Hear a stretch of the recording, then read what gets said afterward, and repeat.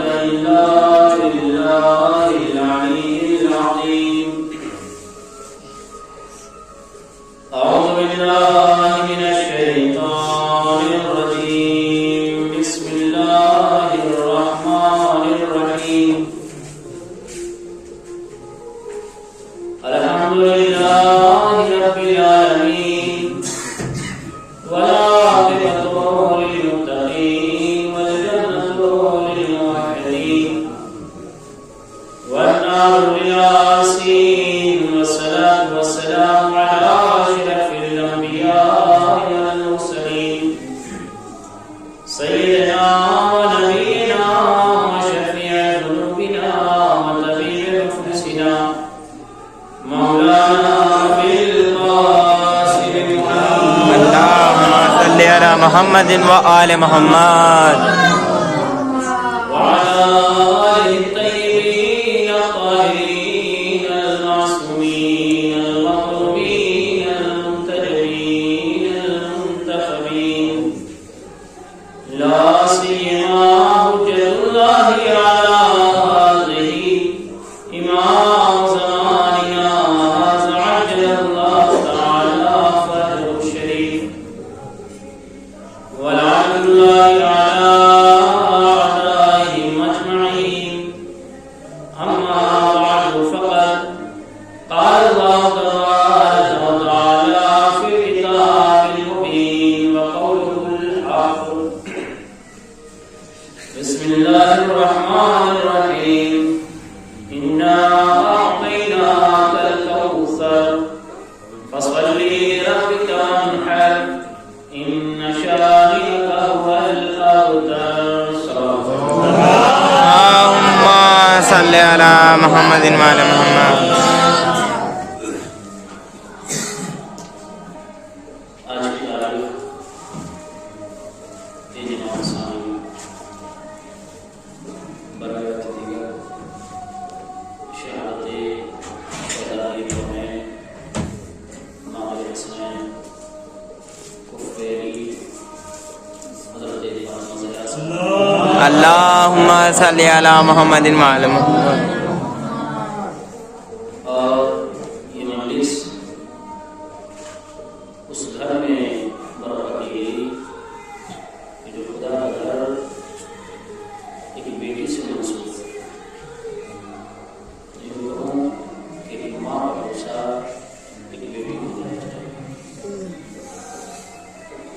شہزادی کونین آپ کی ذاتی بابرکت جو خود اپنے بابا رحمت العالمین بن کر آئے تھے ان کے لیے رحمت بن کے آئی. اس سے بڑھ کر کیا فضیلت ہو سکتی. لیکن آپ اگر قرآن مجید کے اس سورے کی نزاکت کو غور کریں حقیقت یہی ہے کہ قرآن کا حرف حرف معجزہ ہے. کلمات اور حروف کی بات الگ ہے. قرآن کے حروف تک معجزہ ہے اور پھر قرآن اپنی فصاحت اور بلاغت کی بنا پر ہی معجزہ کر رہا ہے. اس کی فصاحت اس کی بلاغت کا کوئی جواب نہیں لا سکتا کیونکہ یہ اس دور میں نازل ہوا کہ جب فصاحت اور بلاغت کا حروف آتا تھا. جب لوگوں کے اشعار تابع کی دیواروں پہ لا کر لٹکا دیے جاتے تھے وہاں فصاحت و بلاغت کا مقابلہ ہوتا تھا. جن کے اشعار بلیغ ہوا کرتے تھے اس سال اس کی بڑی عزت اور بڑی تکریم کی جاتی تھی. اس دور میں جہاں فصاحت و بلاغت سر چڑھ کے چھوڑ رہی تھی حکم ہوا ہے میرے پیغمبر آپ اس سورے کو کعبے کی دیوار پہ لٹکا دیجیے.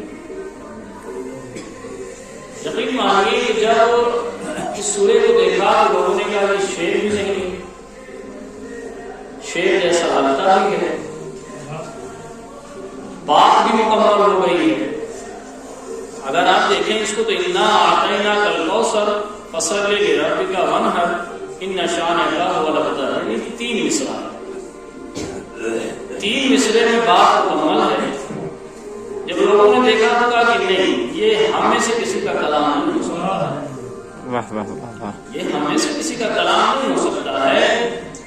یہ کلام یقینی طور پر پروردگار کا ہے. پیغمبر نے بھی بات کی اس کی تشریح بھی کی کہ ہاں یہ میرا کلام نہیں ہے، بلکہ یہ میرے اللہ کی جانب سے مجھ کو حکم ہوا تھا کہ اسے لے جا کر تعبیر کی. لیکن اب اگر اس کے جملوں کو آپ غور کریں، ارشاد ہو رہا ہے بسم اللہ الرحمن الرحیم انا اعطینا. کس سے ارشاد ہو رہا ہے؟ یہ عمومی خطاب نہیں ہے، یہ خطاب پیغمبر سے ہے. کہ میرے نبی بے شک ہم نے آپ کو عطا کیا. انا اعطیناکا کا ضمیر جو حاضر کے لیے عربی استعمال ہوتی ہے، یعنی تم کو میں نے عطا کیا. کیا عطا کیا؟ الکوثر. ہم نے آپ کو کوثر عطا کیا ہے.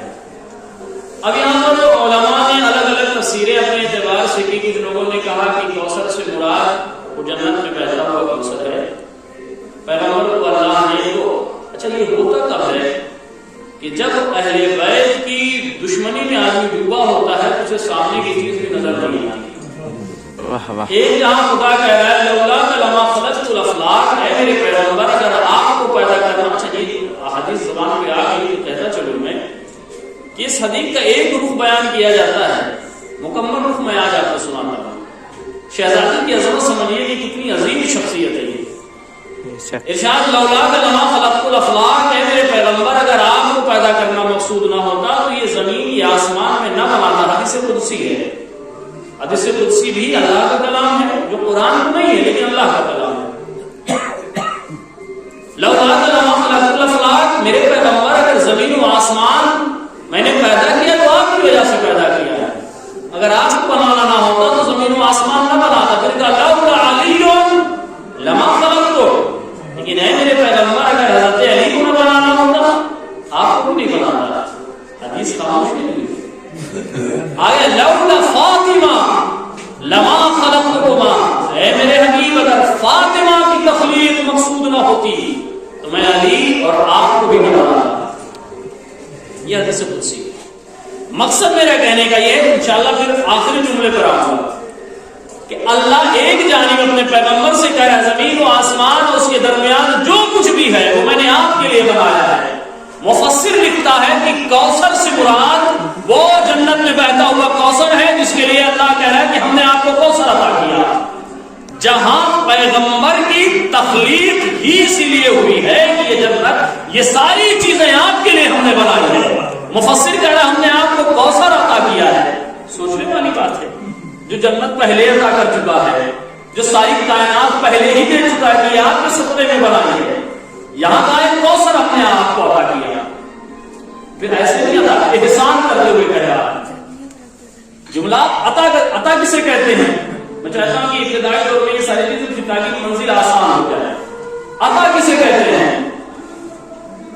عطا مثال کے طور پر آپ نے مزدور طے کیا، بھئی ہمارا گھر بننا ہے، اس میں آپ کو مزدوری کرنی ہے.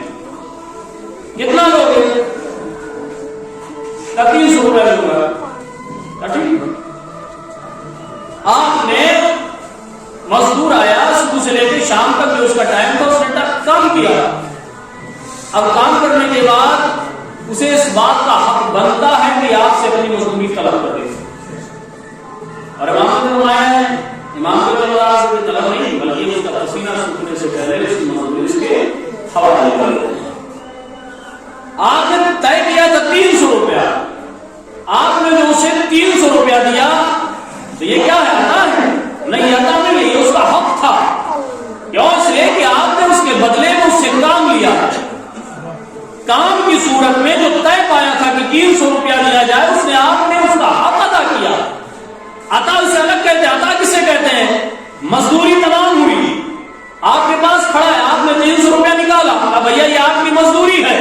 اس کے بعد آپ نے 200 روپیہ اور نکالا، ہاتھ میں اس کے رکھا، آپ نے بڑی ایمانداری سے کام کیا، میرا دل خوش ہو گیا ہے، اسے بھی رکھ لیجئے. وہ جو 300 دیا تھا وہ مزدوری تھی، یہ جو 200 اور آپ نے الگ سے دیا ہے اسے عطا کہتے ہیں. یعنی ہم نے آپ احسان کی صورت میں کام اچھا پایا اس لیے آپ کو عطا کیا ہے. قرآن ارشاد ہو رہا ہے انا اعطیناک الکوثر، اے میرے پیغمبر ہم نے آپ کو کوثر، آپ کا حق نہیں تھا بلکہ یہ ہمارا احسان ہے کہ ہم نے آپ کو عطا کیا. چاہ دیکھیں کہ پیغمبر کو ایسا نہیں کہ یہ پہلی بار کوئی چیز دی تھی پروردگار دے گا، دینے میں تو بہت کچھ دیا ہے. جبرائیل قرآن لے کر آئے کہ نہیں لے کر آئے؟ جبرائیل تمام مسائل دینیہ اور شریعہ لے کر آئے کہ نہیں لے کر آئے؟ بھائی پیغمبر جہاں سے ڈھونڈ کے دیا. اگر احد میں ہے آیت آ رہی ہے، یہ نہیں کہا کہ آپ آرام سے بستر پہ بیٹھ جائیے پھر آیت کا نزول ہوگا. آپ محراب میں نماز کی صورت میں آیت نازل ہو گئی، جہاد کی صورت میں آیت نازل ہو گئی، آرام فرما رہے تھے استراحت کی صورت میں تھے آیت نازل ہو. ایک ایک چیزیں پیغمبر کو جبرائیل امین ڈھونڈ کر دے رہے ہیں. آج جبرائیل امین آئے، پیغمبر آرام کر رہے ہیں، قدموں کے تو پاس پڑے ہوئے. اللہ کے نبی چلیے کہاں؟ پروردگار نے بلایا ہے آپ کو. پیغمبر کو ایک معراج نہیں ہوئی، 119 معراج ہوئی. پیغمبر تو 119 معراج ہوئی. چلیے پروردگار نے آپ کو بلایا ہے، کیوں؟ آپ کو کچھ عطا کرنا چاہتا ہے. جبرائیل کیا دینا چاہتا ہے میرا پروردگار؟ بھائی قرآن اتنی عظیم کتاب اپنے لوح محفوظ سے نکال کر تیرے ہاتھ بھیج دیا. تمہارا نام امین ہے، تم خیانت نہیں کر سکتے، تمہارے ہاتھ بھیج دیتا. کیا وہ نماز سے افضل ہے؟ کیا وہ قرآن سے زیادہ اہمیت رکھتا ہے؟ کیا وہ دین خدا سے زیادہ اہمیت رکھتا ہے؟ اے میرے نبی مجھے نہیں معلوم کہ لیکن کچھ تو ایسا ہے جو میرے ذریعے خدا نہیں بھیجنا چاہتا. آپ غور کریں کہ وہ اللہ جس نے سب سے بڑی کتاب کائنات کی قرآن مجید جبرائیل امین کے حوالے کر دی. لے جاؤ اسے میرے پیغمبر کو دے آؤ. اس کو لینے کے لیے جناب موسیٰ کو توریت لینے کے لیے دور تک بلایا. آپ آئیے دور تک پھر توریت ملے گی، لیکن پیغمبر کو قرآن لینے کے لیے بلایا نہیں. قرآن بھیج دیا جہاں تھے، دیگر احکام بھیج دیا جہاں تھے. ایسی کون سی خاص چیز تھی جس کے لیے پیغمبر کو حکم ہو رہا ہے جبرائیل جاؤ میرے نبی کو لے کر آؤ؟ خود پیغمبر بھی حیران اور پریشان ہے. قرآن دیا، نمازیں دی، روزہ دیا، صدقہ دیا، تمام احکام دین دے دیا، سب کچھ عطا ہوا، مجھے بلایا نہیں. لیکن یقینی طور پر وہ خزانے قدرت کی سب سے نایاب شے تھی جس کے لیے جبرائیل امین جیسا فرشتہ بھی اس لائق نہیں تھا کہ نور فاطمی کو لے کر آئے. کہے میرے پیغمبر اگر نور فاطمی چاہیے تو تمہیں خود چل کے آنا پڑے گا.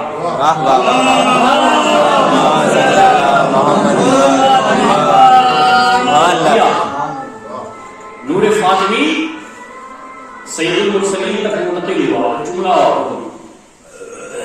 کیا آپ دیکھیں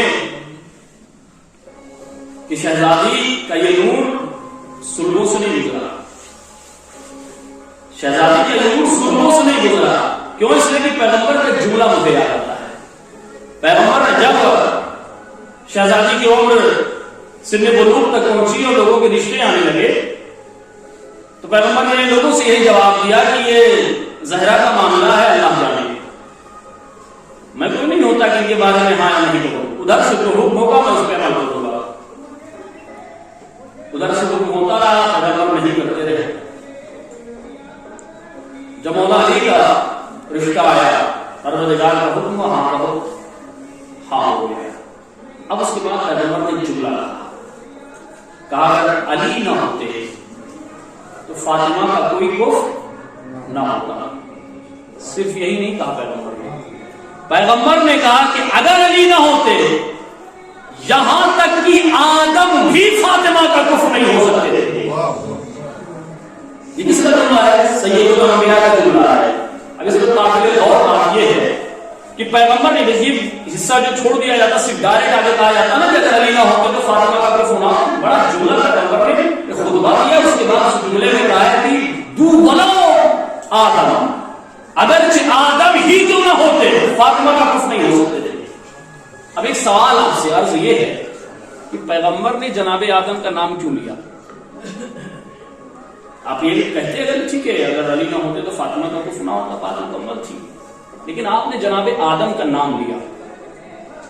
اگر جناب آدم آج اس دنیا میں چلے ہیں اور اعلان کریں کہ میں شادی کرنا چاہتا ہوں, کیا یہ اعلان جناب آدم کر سکتے ہیں؟ نہیں کر سکتے. جناب آدم نہیں کر سکتے. کیوں؟ اس لیے کہ یہ آدمیت ہے, نسل آدم سے چلی ہے. جناب آدم پر حوا کے علاوہ کائنات کی ساری خاتون حرام ہے, کیونکہ حوا کے علاوہ جتنی عورتیں ہیں سب حضرت آدم کی بیٹیاں ہیں. بیٹی کا رشتہ باپ سے کبھی نہیں ہو سکتا. اے اللہ کے نبی, آپ کی شریعت کہتی ہے, خدا کا دین کہتا ہے کہ بیٹی کا رشتہ باپ سے نہیں ہو سکتا. پھر آپ یہ جملہ کیوں کہتے ہیں کہ اگر علی نہ ہوتے ولو آدم ہی صحیح, وہ بھی فاطمہ کا کف نہیں ہو سکتے؟ بھائی باپ تو پہلے ہی بیٹی کا کف نہیں ہوتا ہے, پھر آخر کیا وجہ ایسی بن گئی کہ آپ نے جناب آدم کا نام لینا پڑا کہ آدم بھی اگر آ جائیں تو فاطمہ کا کف نہیں ہو سکتے؟ ہم نے دنیا میں تاریخ اسلام میں تاریخ دین میں آپ کی شریعت میں پہلے ہی دیکھ رکھا ہے کہ کوئی باپ اپنی بیٹی کا کف نہیں ہوتا. ہم سب نہیں کر سکتا ہے کیونکہ بیٹی باپ کے لیے ہمیشہ حرام ہے. تو پھر آپ کو جناب آدم کا نام لینا کیوں پڑا؟ وہ مسئلہ یوں حل ہوا کہ پیغمبر اکرم کو جب شب معراج بلایا اور جنت میں پیغمبر کو نور فاطمی منتقل کیا تو پتہ یہ چلا کہ جناب سیدہ کا نور نہ صلب آدم میں رہا, نہ صلب نوح میں رہا, نہ صلب ابراہیم میں رہا, نہ صلب موسیٰ میں رہا, یہاں تک کہ فاطمہ کا نور صلب آدمیت میں رہا ہی نہیں. اس لیے فاطمہ آدم کی بیٹی نہیں, فاطمہ آدم کی بیٹی ہے ہی نہیں, اس لیے کہ اسے نور انبیاء سے منتقل ہی نہیں کیا. اس لیے پیغمبر نے یہ جملہ ارشاد فرمایا کہ آدم بھی اگر آ جائیں ان کا کف نہیں ہو سکتے. اب آپ دیکھ لیں بھائی جناب مولا متقیان اور دیگر معصومین علیہ السلام کے انوار مقدسات صلب انبیاء سے گزرے ہیں. ان کے لیے نہیں کہا گیا کہ آؤ میں علی دینا چاہتا ہوں, آپ آئیے نور لے جائیے, نہیں بلکہ صلب عبد المطلب تک کے نور ساتھ میں چلے ہیں. لیکن فاطمہ کے نور کے لیے پیغمبر کو بلایا, آپ آئیے. اچھا عطا ہو گیا یہ نور. اب ارشاد جملہ ہو رہا ہے فصل لے انا اعطیناک الکوثر فصل لے لربک وانحر. کیونکہ اچھے خاصے لوگوں کو سمجھ میں نہیں آتی تھی, یہ سخت کتاب ہوتی تھی. اس کے بعد دوسری کتابیں نئی شرح کے انداز میں آئی, اس میں یہ ایک بحث ہے کہ امر وجوب پہ دلالت کرتا ہے. فصل لے, اے پیغمبر آپ پر واجب ہے کہ آپ نماز پڑھیے. یہ کون پیغمبر ہے؟ یہ وہی پیغمبر نہیں ہے جس کے لیے ارشاد ہو رہا ہے سورہ مزمل میں یا ایھا المزمل قم اللیل الا قلیلا, اے میرے محبوب, اے میرے حبیب, آپ رات میں میری عبادت کے لیے اٹھتے ہیں, آپ کے پیروں کو ورم آ جاتا ہے, آپ اپنے آپ کو کیوں مشقت میں ڈالتے ہیں؟ اگر آپ میری رضا کے لیے میری محبت میں اٹھنا ہی چاہتے ہیں قم اللیل الا قلیلا, تھوڑی عبادت کیا کیجیے, مختصر عبادت کیا کیجیے, میں تم سے راضی ہوں.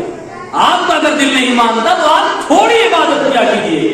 یہی پیغمبر جسے عبادت سے روک رہا ہے پروردگار, آپ کھڑے ہوئیے رات میں لیکن مختصر عبادت کیجیے, اپنے آپ کو مشکلات میں نہ ڈالیے, اپنے آپ کو آپ تکالیف میں نہ ڈالیے. مجھے یہ ہرگز پسند نہیں کہ میرا محبوب اپنے آپ کو مشکل میں ڈالے. وہاں عبادتوں پہ خدا ہو, وہی نبی اعلان سے مدثر کہہ کے پکارا, یاسین کہہ کے پکارا. اتنی محبت, اتنی لطافت اپنے پیغمبر کے ساتھ, جہاں عبادت اگر رات میں کھڑے ہوتے کرنے کے لیے تو وہی کا فرشتہ آ جاتا ہے. نہیں, اتنی عبادت آپ سے نہیں چاہیے.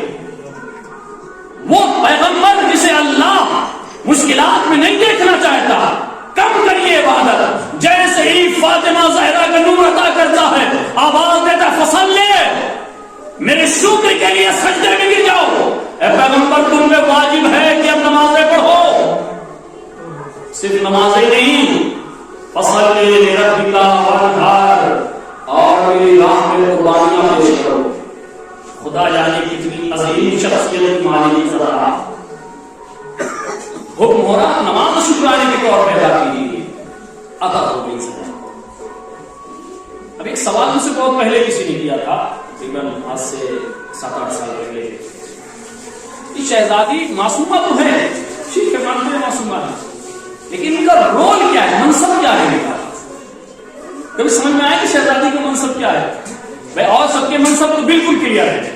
حضرت علی امام ہے، امام حسن امام ہے، امام حسین دیگر اور ائمہ جتنے امام ہیں، اور پھر معصوموں کی فہرست اوپر لے جائیے، جناب آدم سے لے کر خاتم تک انبیاء کی فہرست ہے.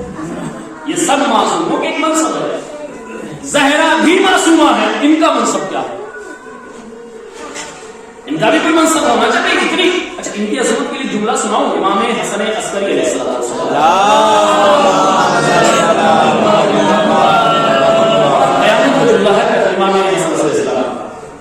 جس سے شخصیت زہرا بالکل واضح ہو جاتی ہے کہ کتنی عظیم خاتون ہے شہزادی. آپ فرماتے ہیں نحن حجت اللہ علی الخلائق. 11 آپ فرماتے ہیں نحن حجت اللہ علی الخلائق، ہم تمام کے تمام معصوم اللہ کی جانب سے اللہ کی مخلوق پر حجت کر دیا ہے. اب حجت سمجھیے کیا ہوتا ہے؟ حجت یعنی اپنے دور کا امام یا نبی، اپنے دور کا امام یا نبی اسے حجت کہتے ہیں. جیسے ہمارے دور کی حجت خدا پڑھے جائے. حجت کا مطلب یہ ہوا کہ اگر کوئی امام کے لیے مما تبرن یعنی امام زمانے ہی ماتا نیتن جاہلیہ، کوئی اگر اپنے وقت کے امام کو یعنی اپنے وقت کی حجت کو پہچانے بغیر بن جائے، گمراہی کی موت رہے گا. گمراہی یعنی دین سے ختم مسلمان ہے. اب نہ اس کی نماز، اس کا روزہ، نہ حج زکات، سب بیکار ہے. گمراہی کی موت، سیدھے اسے پکڑ کر فرشتے جہنم میں ڈالیں گے. اگر کوئی اپنی حجت کو نہیں جانتا ہے، اگر کوئی حجت کا انکار کرے، امام فرماتے ہیں نحن حجت اللہ، ہم اللہ کی طرف سے تمام مخلوقات پروردگار پر حجت بن کر آئے ہیں. اگر ہماری حجت کا کوئی انکار کر دے، ہمیں نہ مانے کوئی، ٹھیک ہے وہ بھی نماز روزہ کرے، سب بیکار ہو جائے گا. حجت کا مطلب یہی ہوتا ہے کہ اگر نہ مانا جائے اسے، ہمارے دین کا خاتمہ ہو جائے گا. اب معصوم فرماتے ہیں امام حسن عسکری نحن حجت اللہ علی الخلائق وجدتی فاطمہ الزہرا حجت علینا، اور ہماری جدہ فاطمہ زہرا ہم معصوموں پر حجت ہیں. ہم معصوموں پر حجت ہے. پہلی حجت کا مطلب یعنی اگر انہیں نہ مانا جائے، ہمارا دین گیا، ایمان گیا، اسلام گیا. امام فرمانا چاہتے ہیں کہ ہم حسن عسکری سے لے کر قیامت تک اور اس کے پہلے تک جتنی حجتیں آئی ہیں، اگر فاطمہ کی عصمت کا انکار کر دے، نہ کسی نبی کی نبوت باقی رہ جائے گی، نہ کسی امام کی سبحان اللہ سبحان اللہ. یہ زہرا کی ذات ہے، یہ شہزادی کی ذات ہے، معمولی شخصیت نہیں ہے. منصب ان کا پہچان لیا، ان کا رتبہ پہچان لیا. ایک واقعہ یاد کیجیے، مباہلہ کا واقعہ ہے. مباہلے کا واقعہ ہے. نصارہ کے دوران پیغمبر کی خدمت میں آنا چاہتے ہیں، پیغمبر ان سے ملاقات نہیں کرتے. کسی نے کہا کہ اگر ان سے ملاقات چاہتے تو علی کے پاس جاؤ، وہاں سے تمہیں راہ پتہ چلے گی کہ یہ کیوں ملاقات نہیں کرتے. گئے ملاقات. جب لوگ میں پیغمبر سے ملنا چاہتے ہیں، لوگ سے ملاقات نہیں کرتے. یہ زر پر لباس، یہ سونے کی انگوٹھیاں، یہ ہار، سارے لگائیے صاف ستھرے لباس میں ہمارے نبی کی بات ہے، یقیناً آپ سے ملاقات کریں گے. گئے اس لیے آئے ہو، آپ مسلمانوں کے نبی ہیں، اللہ نے ہمیں عہدہ نبوت دیا. عیسیٰ کے بارے میں کیا خیال ہے؟ حضرت عیسیٰ اللہ کے بندے ہیں، اللہ کی جانب سے انہیں نبوت ملی، کتاب ملی. نصارہ نجران نے کہا کہ ہم نے اللہ کا بیٹا مانتے ہیں، پیغمبر سے مراد ہے نہیں، وہ اللہ کے بیٹے نہیں. کبھی ان کا باپ کون ہے؟ کہیں کی تخلیق ویسے ہوئی جیسے آدم اور حوا کی ہوئی، کہ جب آدم اور حوا کے بغیر ماں باپ کا اللہ پیدا کر سکتا ہے تو یہ سب کو پھر مانیں گے نہیں مانیں گے. اچھا جب پیغمبر اس طرح کا خطاب ہو رہا ہو، اس طرح کا مناظرہ ہو رہا تو کیا اکیلے رہیں گے؟ اصحاب ہیں، انصار ہیں، امام حسن ہیں، امام حسین ہیں، حضرت علی صاحب ہیں، میں جو کہوں 3 امام بیٹھے ہیں، ایک نبیوں کا سردار ہے، قرآن کی مسلسل آیتیں پڑھ رہے ہیں، دیکھیے مسلسل آپ نے تقریباً 39 سے 40 آیتیں سنائی، انہیں یہ مان لیجیے، ایسے مان لیجیے، دنیا بھر کی دلیلیں پیغمبر نے دی، ان کی تخلیق عیسیٰ کی تخلیق آدم جیسی ہے، حوا جیسی ہے، فلاں جیسی، بہت ساری مثالیں دی پیغمبر نے۔ نتیجہ یہی نکلا کہ ہم نہیں مانتے، پھر ہم مباہلہ کریں گے۔ اگر آپ اپنی بات میں سچے ہیں، ہم اپنی بات میں سچے ہیں، آگے مباہلہ کرتے ہیں، دوسرے پہ لعنت کرتے ہیں، جو جھوٹا ہوگا اس پر اللہ عذاب مجھے دے گا۔ پیغمبر نے کہا ٹھیک، میدان مباہلہ طے ہو گیا، وقت طے ہو گیا۔ قرآن کی آیت فمن حاجج فیہ من بعد ما جاءک من العلم فقل تعالوا ندعو ابناءنا وابناءکم ونساءنا ونساءکم وانفسنا وانفسکم ثم نبتہل فنجعل لعنۃ اللہ علی الکاذبین۔ پیغمبر آپ اسے کہہ دیجیے کہ ہم اپنے بیٹے لے کر آتے ہیں، تم اپنے بیٹے لے کر آؤ، بیٹوں سمیت ہم آئے، بیٹوں سمیت تم آؤ، ہم اپنے نفسوں کو لے کر آئے، تم اپنے نفسوں کو لے کر آؤ، ہم اپنی عورتوں کو لے کر آئے، تم اپنی، اور سب مل کے لعنت کریں گے، جو جھوٹا ہوگا اس پر خدا کا عذاب آتا ہے۔ معلوم بات ہے پیغمبر نے چنندہ افراد کو لیا۔ اچھا آیا دروازے پر کھٹکایا، بابا ہاں بیٹی مجھے کچھ چاہیے، کیا چاہیے؟ تمہارے بیٹے چاہیے۔ کس قدر ہے؟ شہزادی کی قدر ہے۔ زہرا اس خاتون کا نام ہے کہ جہاں نبوت بھی بیٹے معاملے جاتی ہے۔ اور بیٹا ایسے ویسے نہیں چاہیے مجھے بیٹے، پھر قرآن کی روح سے اب یہ ہمارے بیٹے قیامت تک ہوں گے۔ قرآن نے بیٹا بنا دیا، حسنین کو لے کے چلے، بیٹی آپ بھی چلیے، علی مرزا آپ بھی چلیے۔ یہ 5 افراد میدان مباہلہ میں آئے۔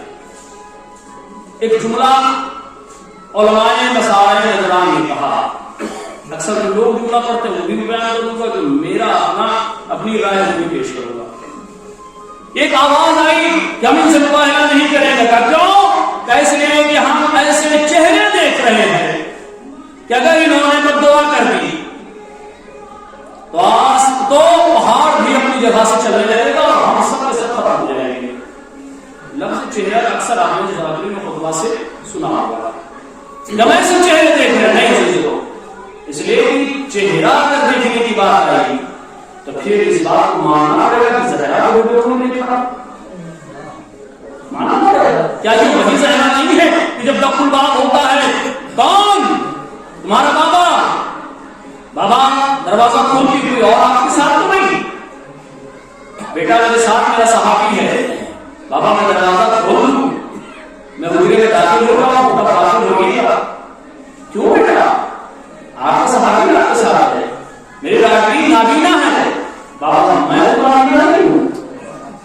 یہ وہی زہرا ہے، اب میدان مباہلہ میں ہے اور جملہ پڑھیے، ایسے چہروں کو دیکھ رہا۔ کیا شہزادی کا چہرہ نصارے نجران میں دیکھا؟ اگر دیکھا تو پھر اور روایات کہاں جائیں گی؟ اس کا مطلب یہ چہرہ نہیں دیکھا، پھر کیسے وجود نور کی صورت میں ہماری نگاہوں کے سامنے ہے۔ واہ واہ واہ واہ واہ۔ کیوں؟ اچھا کیا یہ مرزا پہلے نہیں دیکھا تھا وہ لوگوں نے جو آپ کہنا تھا میدان مباہلہ شہزادی کی عظمت کو پہچانے؟ ہم جاننا چاہتے ہیں شہزادی کا منصب کیا ہے، اسے جانے۔ آپ علی مرتضیٰ وہی ہے جو پیغمبر کی خدمت میں نصارے نجران کو لے کر آئے ہیں، حسنین پہلوی پیغمبر میں بیٹھے ہوئے ہیں، 3 امام، ایک سید الانبیاء، 4 افراد کو نصارے نجران پہلے دیکھ چکے تھے، ان سے بیٹھ کر مباحثہ کر رہے ہیں، مناظرہ کر رہے ہیں، پیغمبر منوانے کی کوشش کر رہے ہیں، ماننے کے لیے تیار نہیں ہے۔ پھر یہ جملہ کیوں کہہ رہے ہیں کہ آج ایسے وجود کو دیکھ رہا ہوں؟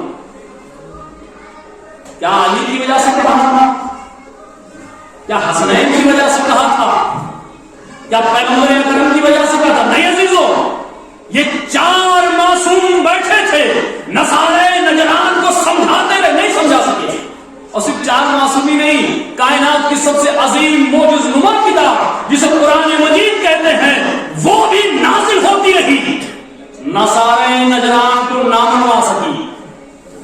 بڑھ گئے وہ لوگ کہ مباہلہ کریں گے، علی موجود ہے، علی کے چہرے کا خوف انہیں نہ منوا سکا، حسنین موجود ہے، ان کی امامت نہ منوا سکی، سید الانبیاء جیسا نبی موجود ہے، نبوت پیغمبر بھی نصارے نجران کو نہ منوا سکے، معجز نما کتاب اپنے معجزے سنے نصارے نجران کو نہ منوا سکے، یہ لوگ اڑے رہے کہ ہم مباہلہ کریں گے، لیکن جیسے ہی نبوت اور امامت کے درمیان فاطمہ آتی ہے، نصارے نجران نے دیکھا کہ زمین سے لے کر آسمان تک ایک نور ایسا ملحق ہے کہ اگر اس نے بد دعا کر دی تو نصارے نجران کی ہستی اس کائنات سے مٹ جائے گی۔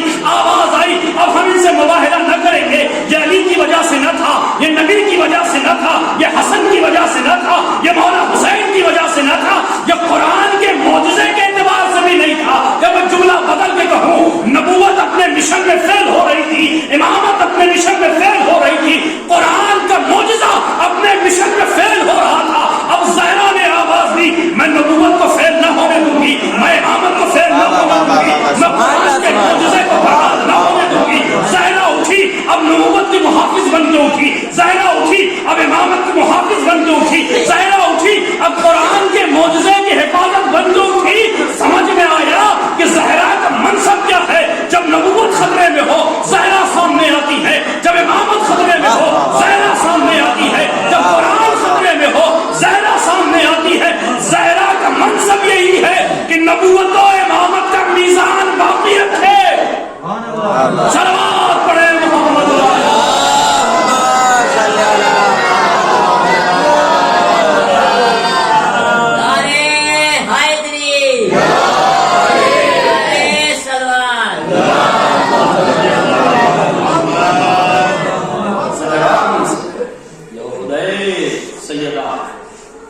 جس انداز سے چلے گی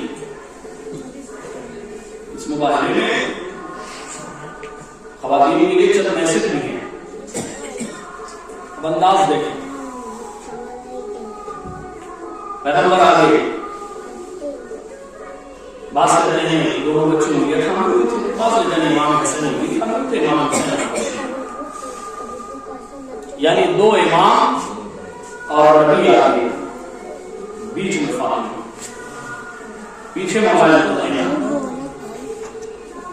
ہونا تو یہ چاہیے تھا۔ علی آگے ہوتے شوہر تھے، فاطمہ پیچھے ہوتی، لیکن ایسا نہیں، علی پیچھے ہیں، سید الانبیاء آگے ہیں، درمیان میں زہرا ہیں۔ وجہ کیا ہے کہ سبب کیا تھا؟ میں سے سمجھ اس مباہلے سے جو پیغمبر کی بیٹی دنیا کو درس دینا چاہتی ہے خواتین کو، یہ مقصد کیا تھا؟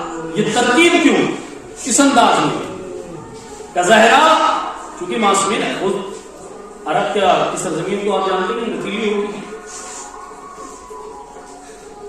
اور معصومین علیہ السلام بھی ملتا ہے کہ اگر ان کے قدم بھی پتھر پہ پڑ جاتے تھے، منہ کی طرف پگھلنا نقش پڑ جاتا تھا۔ زہرا درمیان میں ہے، پیچھے پیچھے مولا متقیان ہے، دنیا کو درس دے رہے ہیں حضرت علی کہ میں زہرا کے پیچھے اس لیے ہوں۔ زہرا ملتا بھی ہے، کسی ترتیب سے چل رہے تھے آپ کہ جس جگہ پر شہزادی زہرا کا قدم رکھتے تھے اسی جگہ پر امیر المومنین کا قدم رکھتے تھے۔ آج کیا ہو گیا ہے کہ ایک زوجہ کے نقش قدم پر ایک شوہر چل رہا ہے، اس کی وجہ صرف اتنی سی تھی کہ شوہر زوجہ کے نقش قدم کی تحفظ کر رہا تھا۔ کیوں؟ ایسے کہ میں نہیں چاہتا کہ زہرا کی نقش قدم بھی نامحرموں کی نگاہ میں آئے، اس لیے علی نے اس پہ اپنا قدم رکھنا شروع کیا۔ دنیا کو درس دے رہی ہے شہزادی امیر المومنین کہ جب زہرا کی نقش قدم نہیں، محرم اور نامحرم کا فرق واضح کر رہے ہیں۔ خواتین اس بات پر غور کریں کہ شہزادی اپنا نقش قدم بھی نہیں چاہتی کہ کوئی نامحرم دیکھے، تو ان کی کنیزوں کو چاہیے کہ اپنے وجود کو نامحرموں کے وجود سے بچائے۔ یہ زہرا بڑی حسین خاتون ہے، ان کی زندگی اگر اٹھا کر دیکھی جائے عمر بہت مختصر سی ہے، لیکن لیکن اس عمر میں آپ نے وہ کارنامے کر دکھائے ہیں جو نبیوں کے کام تھے، جو اماموں کے کام تھے، وہ شہزادی نے کر دکھایا اور مشعل راہ بن گئی قیامت تک کے لیے۔ آپ دیکھیں خود شہزادی کا احترام سید المرسلین کرتے تھے۔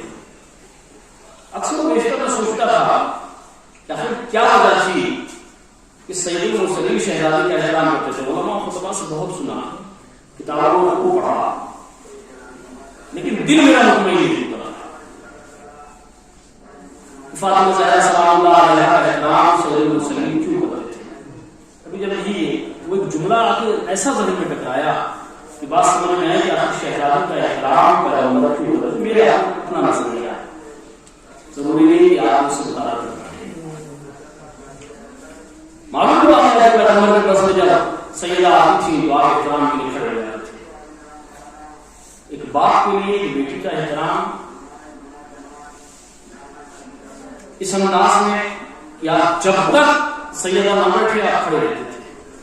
وجہ اس کی مجھے یوں سمجھ میں آئی اس احترام کا مقصد کیا تھا، کیوں احترام کرتے تھے کہ جب مکے کی سرزمین پہ پیغمبر نکلتے تھے تو آپ کو پتھروں کی بارش ہوتی۔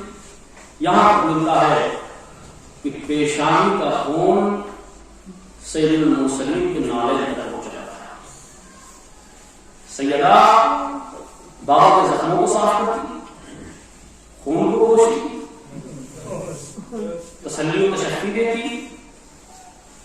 جب یہ حالات بنے رہے کہ مرتبہ پیغمبر نے کہا فاطمہ تم مویحہ، اے میری لاڈلی تم بیٹی نہیں اپنے باپ کی ماں ہو، اے میری لاڈلی تم اپنے باپ کی ماں ہو۔ تب مجھے ایک جملہ سمجھ میں آیا کہ آخر پیغمبر کیوں احترام کرتے تھے شہزادی کا۔ اس لیے کہ شریعت محمدی میں یہ ہے کہ ہر بیٹے پر واجب ہے کہ اپنے ماں اور باپ کا احترام کرے۔ چونکہ پیغمبر نے فاطمہ کو اپنی ماں کہہ کے خطاب کیا، اس لیے جب ایک بیٹی ماں کی صورت میں پیغمبر کی بزم میں آتی تھی تو فاطمہ زہرا کا احترام کرتے پیغمبر۔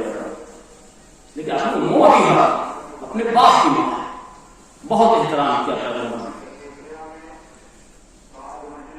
اپنے صحابیوں کے درمیان، اپنے اصحاب کے درمیان، اپنے انصار کے درمیان ارشاد کرتے رہے کہ میری بیٹی ہے، جس نے انہیں تکلیف پہنچائی اس نے مجھے تکلیف دی، اس نے انہیں اذیت دی اس نے مجھے اذیت دی۔ بعد وفات پیغمبر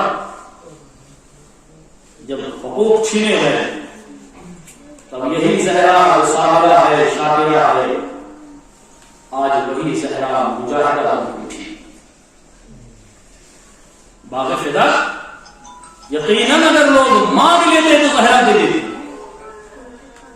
اگر اسے مانگا گیا ہوگا تو زہرا ان کے حوالے کر دیتی تھی۔ اور میں اکثر یہ جملہ کہتا ہوں کہ شہزادی مسجد میں باغ فدق لے نہیں گئی تھی، باغ فدق لے نہیں گئی تھی۔ باغ فدق کی کیا حیثیت شہزادی کی؟ شہزادی باغ فدق کے ذریعے علی کی ولایت کا اعلان کر رہی تھی تاکہ دنیا یہ جانے کہ جس حق کو چھینا جا رہا ہے، جس ولایت کو چھپایا جا رہا ہے، اسے دنیا آسمان سے نہیں چھپایا جا سکتا۔ شہزادی کی کئی تھی تاکہ دنیا یہ جان لے کہ جسے مسند خلافت پر بٹھا دیا گیا وہ لوگ مسلمان کو دور انسان کہنے کے لیے قابل نہیں ہے۔ اشکار کرے عزیزو، وہ نبی کی بیٹی جس کے دروازے پر پیغمبر یہ کہہ کے سلام کرتے تھے السلام علیک یا اہل بیت النبوہ، السلام علیک یا محمد الصالح، اے نبوت کے خاندان تم پر ہمارا سلام ہو، اے محضن نبوت تم پر ہمارا سلام ہو۔ وہ دروازہ جہاں ملائک کا نزول ہوتا تھا، وہ دروازہ جہاں ملک الموت جیسا فرشتہ بھی کھڑا ہوتا تھا،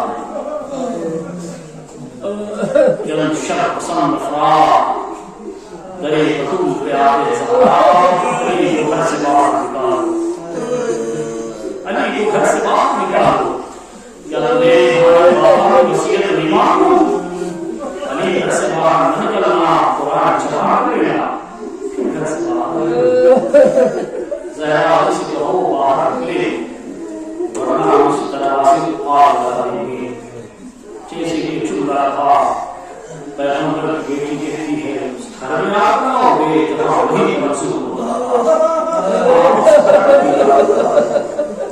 پیغمبر کی بیٹی کے چولہا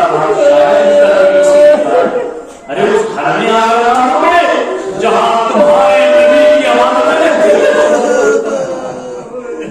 ہاں اس گھر میں ملتا ہے دروازے رسول جلوے گا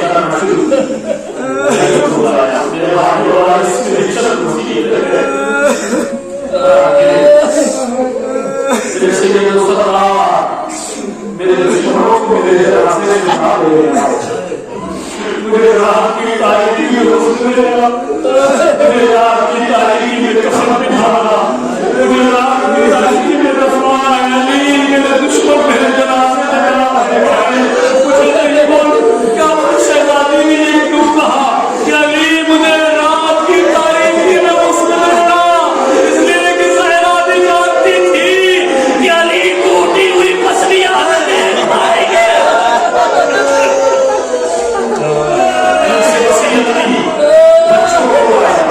میرے لوگ جاؤ اپنے نانا کی مزاح میں اپنی دعا کے لیے دعائیں خیر کرو۔ حسنین گھر سے باہر نکلے، کنیز کو بلایا، اسلام میرے قریب آؤ، اسماء میرے قریب آؤ۔ حسنین گھر سے باہر گئے، جب گھر میں داخل ہو انہیں پہلے کھانا کھلانا، پھر میرے گھر میں کپڑا ڈالا۔ میں حجرے میں داخل ہو رہی ہوں، جب تک میرے تسبیح و تحلیل کی آواز سنا، سمجھنا زہرا زندہ ہے، آواز بند ہو جائے سمجھ لینا بنت رسول اپنے بابا سے الحق ہو گئی۔ ادھر زہرا کی آواز بند ہوئی، ادھر حسنین مزار پیغمبر کے قریب آئے، ہاتھوں کو اٹھایا، دعا کرنا چاہتے ہیں، مزار پیغمبر سے آواز آئی، زہرا کی یتیموں۔ حسنین نے جو سنا تمام نے کہا ارے میں تو شرف کی جانب دوڑے۔ اسماء میری ماں بچوں کو لگاتی ہو کھانا کھا لو، کیا ماں کے بغیر کبھی کھانا کھاتے دیکھا؟ بتاؤ ہماری ماں کہاں ہے؟ مجرے کی جانب اشارہ ہوا، ملتا یہی ہے کہ حسنین دوڑے، ماں سے لپٹ کے امام حسن بیان کر رہے ہیں، لیکن تاریخ میں یہ بھی لکھا کہ حسین مظلوم لکھتے نہیں بلکہ ماں کے قدموں کے قریب آئے، ماں کے پاؤں کے تلووں کو اپنے رخسار پہ ملنا شروع کیا، آواز دی اماں حسین کو کس کے سہارے چھوڑا؟ حسین نے کیا کر رہے ہیں بتائے بچوں، جاؤ علی کو خبر کرو، مجھے میرے معلوم علی نے کس انداز سے برداشت کیا، میرا سکتا ہے کہ مسجد میں آئے، بچوں نے آواز دی بابا مار نہیں، بابا مار نہیں۔ اب جناب سلمان روایت کرتے ہیں علی نے جیسے ہی سنا کتنی محبت تھی فاطمہ سے علی کو، ایک مرتبہ یا زہرا لے کے جو بچکا کے گرے،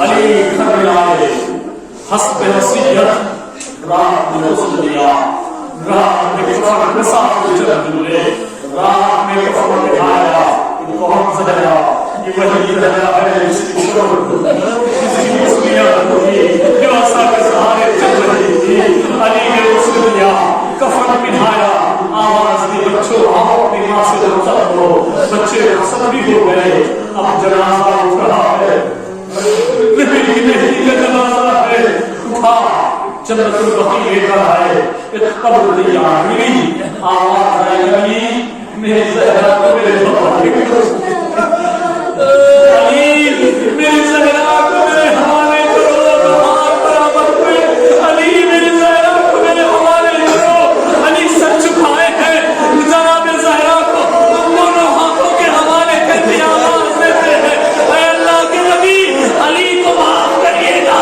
ارے جب زہرا میرے حوالے کی تھی کمر زمینہ نہ تھی، مسلیاں ٹوٹی نہ تھی، بال سفید نہ تھے، آج زہرا مسلیاں ٹوٹی